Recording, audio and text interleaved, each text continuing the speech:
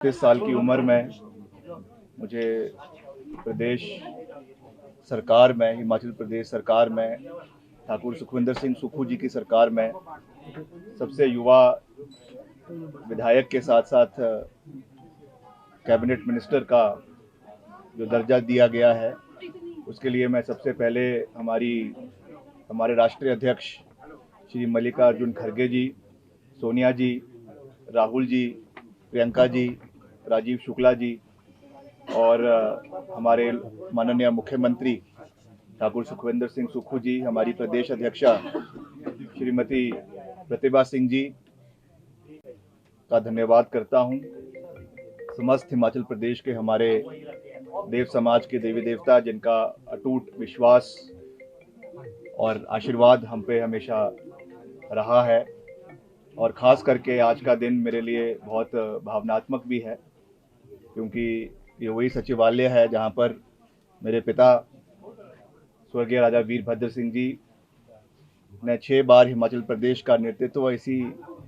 सचिवालय से किया है। आज वो हमारे बीच में नहीं है, मगर मुझे विश्वास है कि जहाँ पर भी वो होंगे, उनकी पूज्य आत्मा होगी आज बहुत बहुत खुश होगी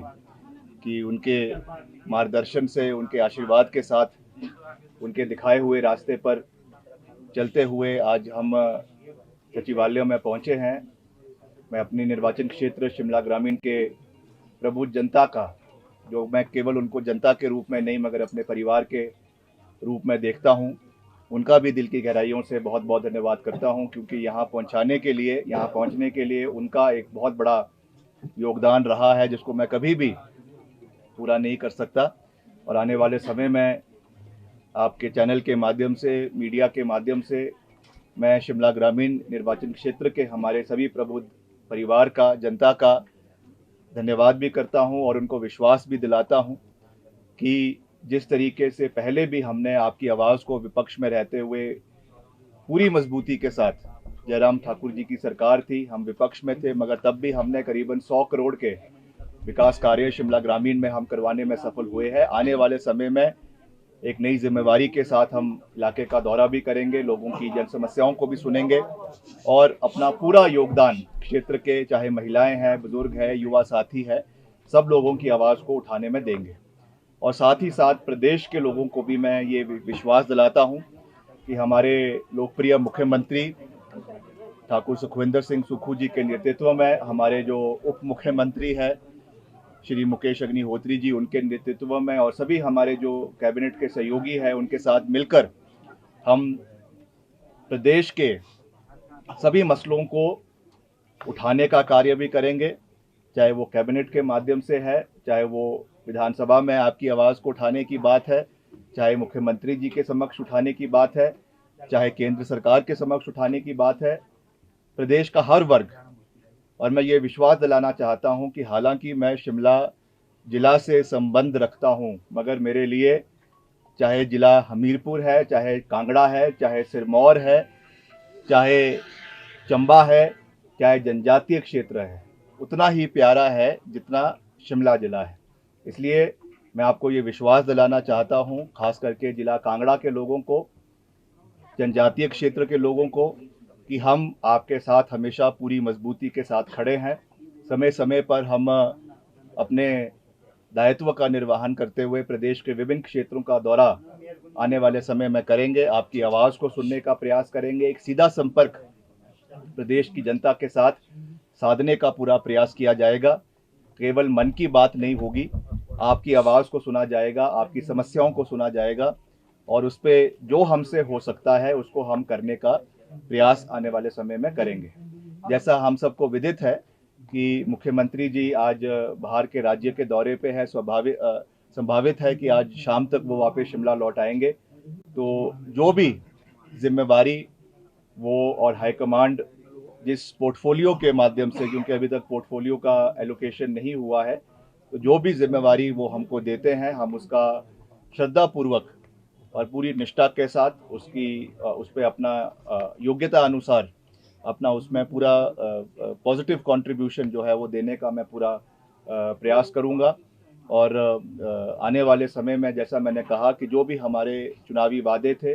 क्योंकि मैं धन्यवाद करना चाहता हूं सोनिया जी का कि मुझे इस छोटी सी उम्र में विधायक के साथ साथ स्टार प्रचारक बनाया गया था और चुनावों में करीबन करीबन 15 विधानसभा हलकों में जाकर मैंने पार्टी के लिए जो है वो प्रचार किया था, कैंपेन किया था, बहुत से सीटें उसमें से जीती भी है।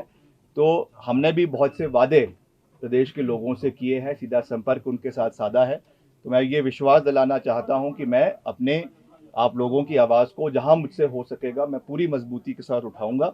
और अंत में मैं यही कह सकता हूं कि जो हमारा सबसे बड़ा सिद्धांत है, क्योंकि बहुत से लोग ये कहेंगे कि सरकार में आके सिद्धांत बदल जाते हैं, विपक्ष में कुछ और भाषा होती है और सत्ता पक्ष में कुछ और भाषा होती है। तो मैं ये विश्वास दिलाता हूँ मेरी भाषा वही है जो विपक्ष में थी, वो वही विक्रमादित्य था और सत्ता पक्ष में भी वही विक्रमादित्य होगा। जो मेरा सिद्धांत है, जो वीरभद्र सिंह जी ने मुझे सिखाया है, सही का समर्थन और गलत का विरोध, इस सिद्धांत के साथ हम आगे बढ़ेंगे। जहाँ पर सरकार द्वारा अच्छे कार्य किए जाएंगे उसको हम उसकी सराहना तो निश्चित तौर से करेंगे। अगर कुछ कमी पेशी भी रह जाती है तो उस विषय को हम मुख्यमंत्री जी के समक्ष उठाएंगे, सरकार के और आला जो हमारे मंत्री सहयोगी हैं उनके समक्ष उठाएंगे और हिमाचल के लोगों के साथ पूर्ण न्याय करने का पूरा प्रयास करेंगे। तो एक बारी मैं फिर से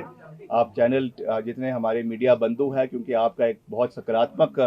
भूमिका रहती है जो है वो प्रदेश की आवाज़ को उठाने के लिए, और मैं आपसे भी ये निवेदन करना चाहूँगा सभी मीडिया वालों से, सभी मीडिया के हमारे बंधुओं से, साथियों से, कि आप पूरे तरीके से सरकार की घेराबंदी भी करें। हमारी कोई कमी लगती है तो उसको आप उठाए भी, तभी हमें पता चलेगा कि हमारी कारगुजारी जो है वो अच्छी है या बुरी है, उसमें कोई कमी पेशी है। हमको भी सीखना है। अभी इस छोटी सी उम्र में मुझे लगता है पहला सबसे युवा मंत्री मुझे जो है वो प्रदेश की कैबिनेट में होने का अवसर प्राप्त हुआ है। तो कभी कोई गलती भी हो सकती है, कोई कमी पेशी भी रह सकती है, तो उसमें आप लोगों का मार्गदर्शन, आप लोगों का फीडबैक, आप लोगों का समर्थन हमें मिलता रहेगा, यही मैं विश्वास करना चाहता हूँ। सभी प्रदेशवासियों का एक बारी फिर से, और ख़ास करके हमारे लोकप्रिय मुख्यमंत्री ठाकुर सुखविंदर सिंह सुक्खू जी का मैं दिल की गहराइयों से एक बारी फिर से बहुत बहुत आभार प्रकट करता हूँ। जय हिंद।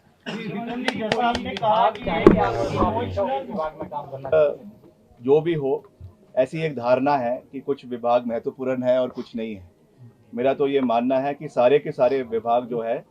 वो महत्वपूर्ण होते हैं और वो एक व्यक्ति की कारगुजारी पे और कार्यक्षमता पे निर्भर करता है कि वो उस विभाग को कैसे निखारे। इसलिए ये एक धारणा है, आम धारणा है कि ए विभाग अच्छा है, बी इतना अच्छा नहीं है। मेरे लिए सारे विभाग उतने ही महत्वपूर्ण है, क्योंकि सारे प्रदेश के लोगों के साथ जुड़े हुए हैं। तो जो भी विभाग मुख्यमंत्री जी और हमारे शीर्ष नेतृत्व एआईसीसी के जो हमारे इंचार्ज है, लीडर है, हमारी प्रदेश अध्यक्षा है, जो भी देंगे हम उस पर अपना पूरा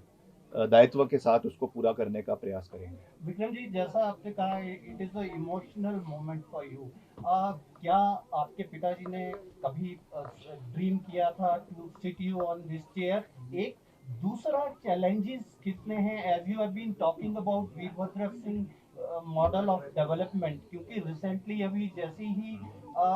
डीजल पे वैट बढ़ा है तो विपक्ष ने घेरना शुरू कर दिया है। ये दोनों देखिए, जहाँ तक मेरे पिताजी की बात है, निश्चित तौर से कोई ऐसा पिता नहीं होगा जो अपने सुपुत्र को आगे बढ़ता हुआ देखना नहीं चाहेगा।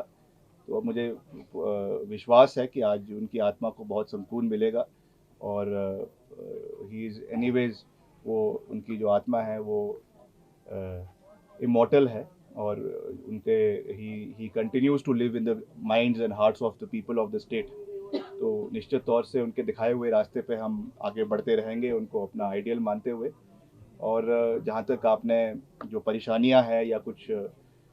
जो चैलेंजेस है उसके बारे में बात करी है, तो निश्चित तौर से चैलेंजेस है, मैं डिनाई नहीं करूँगा, मगर उस पर जब हमारे मुख्यमंत्री जी वापस आएंगे तो उस पर हम चर्चा करेंगे और